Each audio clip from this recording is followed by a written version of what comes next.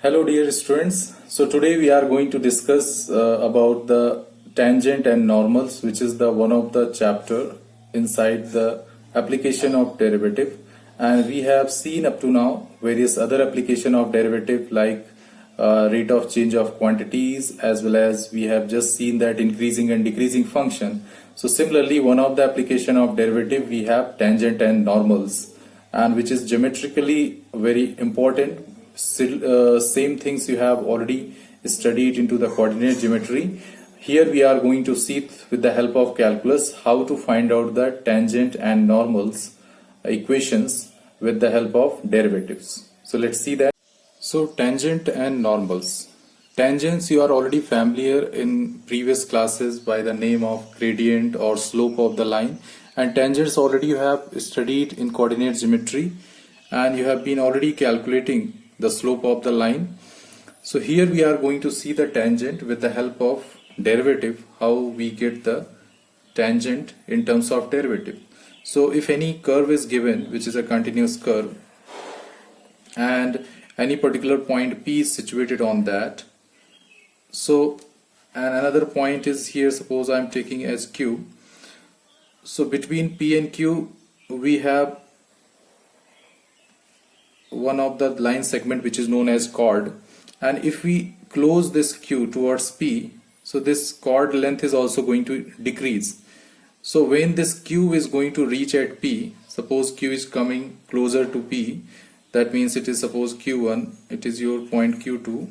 So the chords which you are going to get, they are all going to be very small, and when this Q reaches at P, so at P there will be a line which will be going to be just touching at the point P, and just will be like this. So this particular line is going to call the tangent at a point P. So for any given curve fx, which is a continuous curve, so at a point P, a line which is just touching that point and just going to be passing through one point at the point P. So this is making a certain angle with x-axis. That angle, if we take the tangent of that, so this tan psi is known as the slope of this line. Same slope of the line we are going to calculate through the derivative. So how this tan psi is going to be equal to derivative of the given function at this point P. So for that purpose you have to understand it with the help of coordinate geometry. If we take this point P coordinate x comma y, and this Q coordinate is, suppose that x plus del x and y plus del y. So here if we draw one horizontal line at P and one vertical line at Q, where they are meeting with each other, they are making 90 degree here, and this angle which we have, this is, since this angle is psi, so this will also be psi because this is also horizontal line. So here the rate of change, we are going to see that when Q is reaching to P, so this you can say that this tan psi which we are going to get here, that we are going to calculate in terms of this delta x and delta y. So especially the Q coordinate which is having x plus del x, and y part is y plus del y.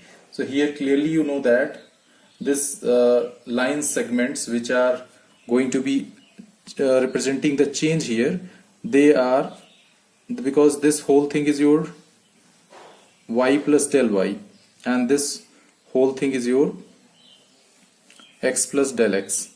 So here the change which you are going to see, those change are just on the x-axis we have that change del x, and y-axis we have that change del y. So if we take the ratio of that, so the tangent or the slope of that line we get as del x, del y upon del x, because we know that perpendicular upon base, the value of tangent, and because this is a very partial ratio, but when we are taking the particular case when Q is reaching towards P, the limiting point when we are going to take, That means when we apply the limit when q tends to p, that time this del y by dx when q reaching towards p, so this becomes your dy by dx when we take the limit of this del y by dx. So this is going to be equal to your this tan psi, which is going to be called this will be basically your theta, because here theta is tending towards psi. Okay, because when this q will reach at p, till that time your this theta becomes psi. So here this value will be your theta tending to psi. So this particular part becomes your tan psi, and this become your dy by dx.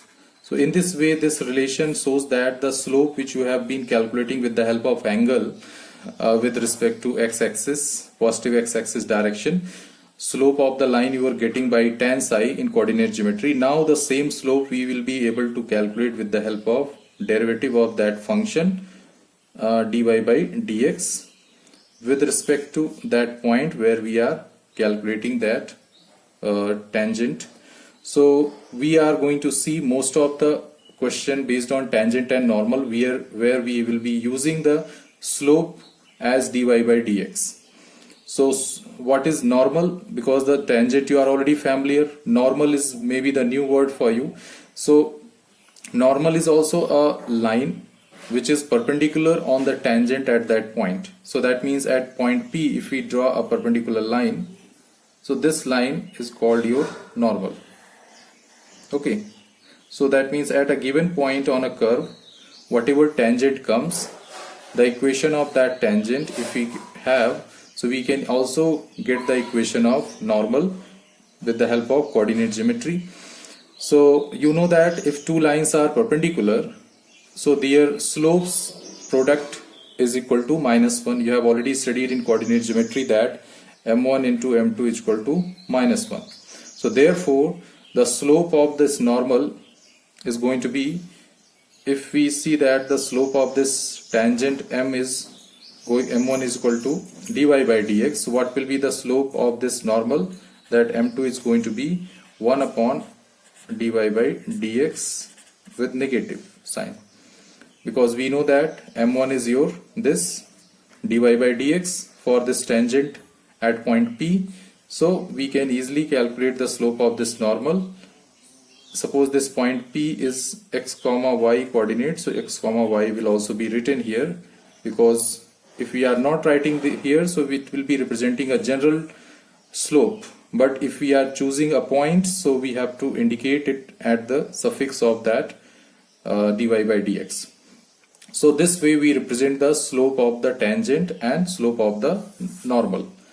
Now we are going to see the application of these two components to frame the equation of tangents and normals. So let's see that. So I hope geometrical explanation which we have given for tangent and normal, that is clear to you. Now we are going to see that how to write down the equation of a tangent. So equation of a tangent. So in coordinate geometry you have been familiar that equation of any line which is passing from a point. Suppose that if any curve is given to you and any point I am choosing alpha comma beta, so a tangent which is passing through alpha comma beta. So in coordinate geometry we were writing the equation of this particular line as y minus beta is equal to m times x minus alpha, right? That means if alpha beta point is situated on that line, so we can write down the equation if slope m is given to us. So over there the slope m we were calculating with the help of theta, angle with respect to the positive x-axis direction. So here you are calculating the slope m is equal to tan theta. Now we have got this tan theta is equivalent to your dy by dx if this curve is y is equal to fx. So your dy by dx, that means this given equation has to be differentiated with respect to x, and we get dy by dx from there. and at the point of alpha beta we can get the slope of that curve as dy by dx. With the help of this derivative we substitute this value here, so we get the equation y minus beta as here left side and dy by dx times x minus alpha. So this equation which you get, this is called your equation of tangent. If we have to write down the equation of the normal, which is just perpendicular on this tangent at the same point, so normal, you know that a line which is just passing through the same point but perpendicular on the tangent at that point. So this line equation we can easily get with the help of, again by same equation, only slope of this line will change, and you know that slope of tangent is dy by dx. So slope of this normal is going to be, slope of normal you will get as minus 1 upon dy by dx at point alpha beta. Okay, so we can write down the equation of normal. Equation of normal is going to be y minus beta is equal to, here m value will be for normal, this is going to be the slope for normal, so m will be substituted as minus 1 upon dy by dx at point alpha beta and x minus alpha. So this equation which you have, this is going to be your equation of normal. So by using these two equations we can find out the various equations of tangent and normals for a given particular cases for a given particular curve. So we have a lot of problems given as example. So one or two examples I would like to share here. Okay, so here there is a question: find the equation of tangent and normal to the curve y is equal to 2x square plus 3 sin x at x is equal to 0. So here coordinate is completely not given to us, but x is equal to 0 is given, so we can find out y also for x is equal to 0. So what will be value of y when x is equal to 0? So it will be 2 into 0 plus 3 sin 0. We know that it will be also 0. So your x is equal to 0, y is equal to 0, that means it is your point which you already are aware that it is your origin. Okay, so that means we have to find out the equation of tangent and normal at the point origin, okay, for the given curve.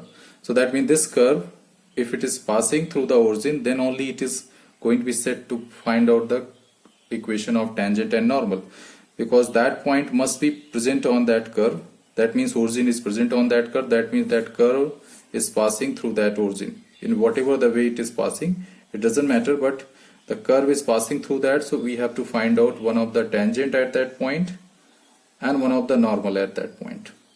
Okay, so what will be the equation of tangent? We have studied just now that equation of tangent depends on the point where it is passing that curve, and also we need the slope of that particular curve at that point. So how to get the slope? We differentiate this y. So since y is given 2x square plus 3 sin x, so what will be your derivative of y with respect to x? That means dy by dx will be here 4x plus 3 cos x. Okay, so this is your slope, and we have to find out the slope, that means dy by dx at x is equal to 0. So that means here it is going to give you 4 into 0 plus 3 into cos 0 is going to be 1. So ultimately it is going to be 3. So your dy by dx at x is equal to 0 is coming 3. So it is the value of the slope for that given tangent. Now we can write down the equation of the tangent. So we know that the equation of tangent formula we have just seen with the help of coordinate geometry, that y minus beta is equal to dy by dx x minus alpha. Here alpha beta both are your 0 0, that means your origin, So your equation will be y minus 0, dy by dx value is coming 3, x minus 0. So finally your equation of tangent is going to be y is equal to 3x. So this is the equation of tangent. Okay. After that we have to find out the equation of normal. So equation of normal also is very normal. Normal in the sense, if you have got the slope of tangent, so what will be the slope of normal? So first slope of normal you calculate. Slope of normal is going to be minus 1 upon 3. So equation of normal can be written as y minus beta. Here the slope of normal is minus 1 by 3 and x minus 0. Alpha and beta is both of them are 0, 0. So finally the equation of normal is going to be y is equal to minus 1 by 3x, that means minus x by 3, or you can also write it 3y is equal to minus x, or it can be written as x plus 3y is equal to 0 as the equation of normal. So I hope these examples are clear. With the help of this you can try some more questions for your practice. So thank you all.